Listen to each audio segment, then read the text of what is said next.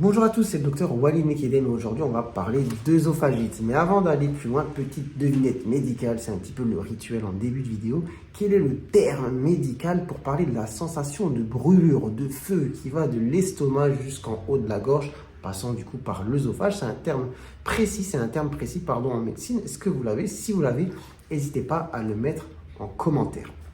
En attendant, on entre directement dans le vif du sujet. J'ai dit qu'on allait parler d'œsophagite. L'œsophagite, qu'est-ce que c'est? Eh bien, c'est assez simple à définir. C'est une inflammation de l'œsophage. D'accord? Une inflammation donc, du tuyau qui va du fond de votre bouche jusqu'à l'estomac et par lequel passe finalement ce que vous mangez. Alors, quelles vont être les causes justement de cette inflammation? Il y en a deux grandes. Après, il y en a des minoritaires, je ne vais pas forcément les citer. Mais les principales, enfin la grande, c'est le RGO, donc le reflux gastro-œsophagien. Pour faire simple, les remontées acides, les brûlures, les remontées. Et c'est pour ça, tout à l'heure, je posais une question sur quel est le nom spécifique de la brûlure, de la sensation de brûlure. Il ne faut pas mettre en réponse le RGO. Non, ça c'est le problème, mais le symptôme, il a un nom particulier. Donc le RGO, à terme, peut, chez certaines personnes, provoquer une œsophagite, une inflammation de l'estomac. Bon, je pense déjà avoir fait des vidéos sur le RGO, mais on peut citer rapidement les facteurs de risque de RGO. On va avoir l'alcool, le tabac, le café, le surpoids, l'obésité, les hernies hiatales. Bon, c'est déjà pas mal, mais je vous invite à revoir un petit peu les vidéos que j'ai fait sur le sujet. Évidemment, ce n'est pas un facteur de risque égal, vous allez avoir un RGO. Mais comme dans pas mal de problèmes de santé, et quand je fais mes vidéos, souvent je vous cite des choses qui peuvent potentiellement du coup le favoriser. Mais pour ça, je vous invite à revenir sur les vidéos sur le sujet. Si j'en ai fait, mais je pense que j'en ai fait. Je chercherai et s'il y en a, je vous les mettrai en fiche ici en haut de vidéo. En tout cas, ça c'est la première grande cause d'inflammation de l'œsophage, l'œsophagite. La deuxième cause, ça va être une maladie particulière qu'on va parler d'œsophagite à éosinophile. C'est assez spécifique, mais en gros, quand on va faire l'examen et qu'on va prélever un petit morceau au niveau de l'œsophage, on va retrouver pas mal de cellules qu'on appelle des éosinophiles et qui peuvent provoquer aussi cette inflammation. Et souvent, derrière, on retrouve un terrain allergique ou un terrain d'asthme, un terrain de rhinite allergique. Bon, c'est quand même assez particulier, spécifique. On ne va pas forcément s'arrêter dessus, mais c'est important de le citer tout de même. Cependant, la grande cause majoritaire, quand même, principale en tout cas, c'est le reflux gastrique. Donc maintenant, ok, on peut avoir une inflammation au niveau de l'œsophage, principalement liée au reflux. Mais comment ça va se manifester? Quels sont les... Ah, désolé, attendez, j'ai le téléphone qui sonne.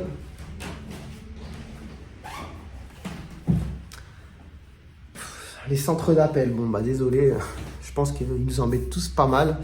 Dites-moi en commentaire aussi si vous êtes tout le temps dérangé par les numéros de téléphone 01, 04, 05. Enfin bref, on revient au vif du sujet. Qu'est-ce que je voulais dire? Les symptômes. Les symptômes du coup de l'œsophagite. Eh bien, on peut avoir forcément du coup les symptômes liés au reflux comme les régurgitations, les remontées acides, les brûlures. Mais ça, c'est pas spécifique de l'œsophagite. Ça, c'est les symptômes du reflux.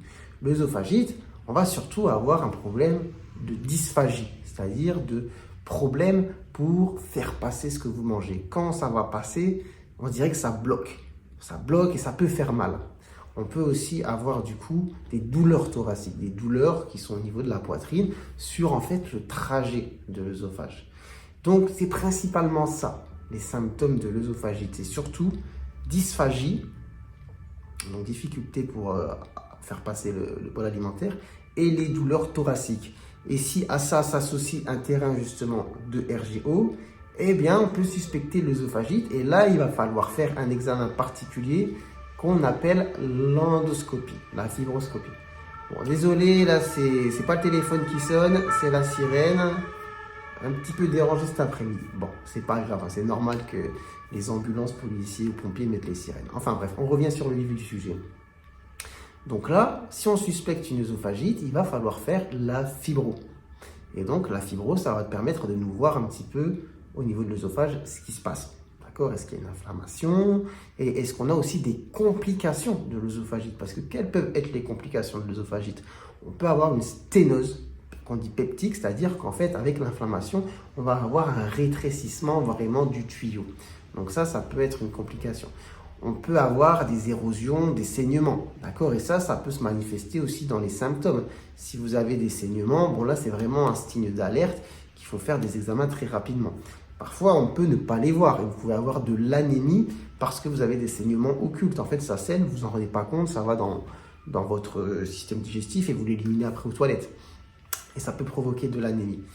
En tous les cas, ce qu'il faut retenir, c'est que devant un reflux, si on a des signes d'atypie, donc des grosses douleurs, des difficultés à avaler, des saignements, il est évident que là, il ne faut pas se contenter d'un traitement symptomatique, mais il faut vraiment faire la fibroscopie pour aller voir un petit peu ce qui se passe.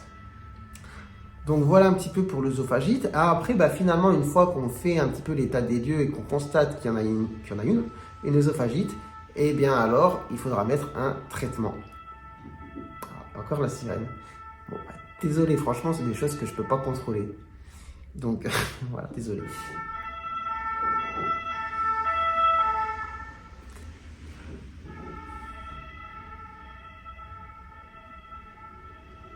Voilà. Désolé, d'habitude, je ne fais pas de cut quand je filme, mais bon, on a vu qu'il y a eu pas mal de sirènes, plus le téléphone, je suis obligé un petit peu de couper.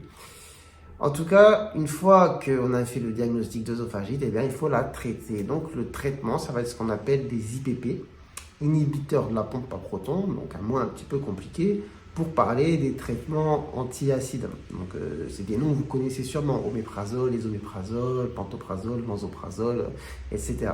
Et donc, ça, il faudra le prendre en général à forte dose sur un certain nombre de semaines pour justement soigner le problème. Donc voilà, et après si on est sur une œsophagite à éosinophile, là c'est un cas un petit peu particulier, on va mettre aussi les IPP, mais parfois on donne aussi des corticoïdes qu'on prend justement en gouttes pour essayer de soigner le problème.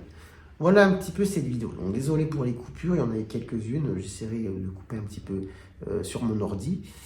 Mais voilà, je voulais faire une vidéo assez rapide sur l'œsophagite, qu'est-ce que c'est, quelles sont les grandes causes, finalement comment on fait le diagnostic et comment on soigne cela. J'espère que vous aurez appris des choses. Si c'est le cas, n'hésitez pas à liker la vidéo, n'hésitez pas à vous abonner si vous découvrez aussi la chaîne. Et sur ce, moi je vous dis, portez-vous bien, prenez soin de vous et à très bientôt, je l'espère, pour de nouvelles vidéos. Allez, ciao ciao.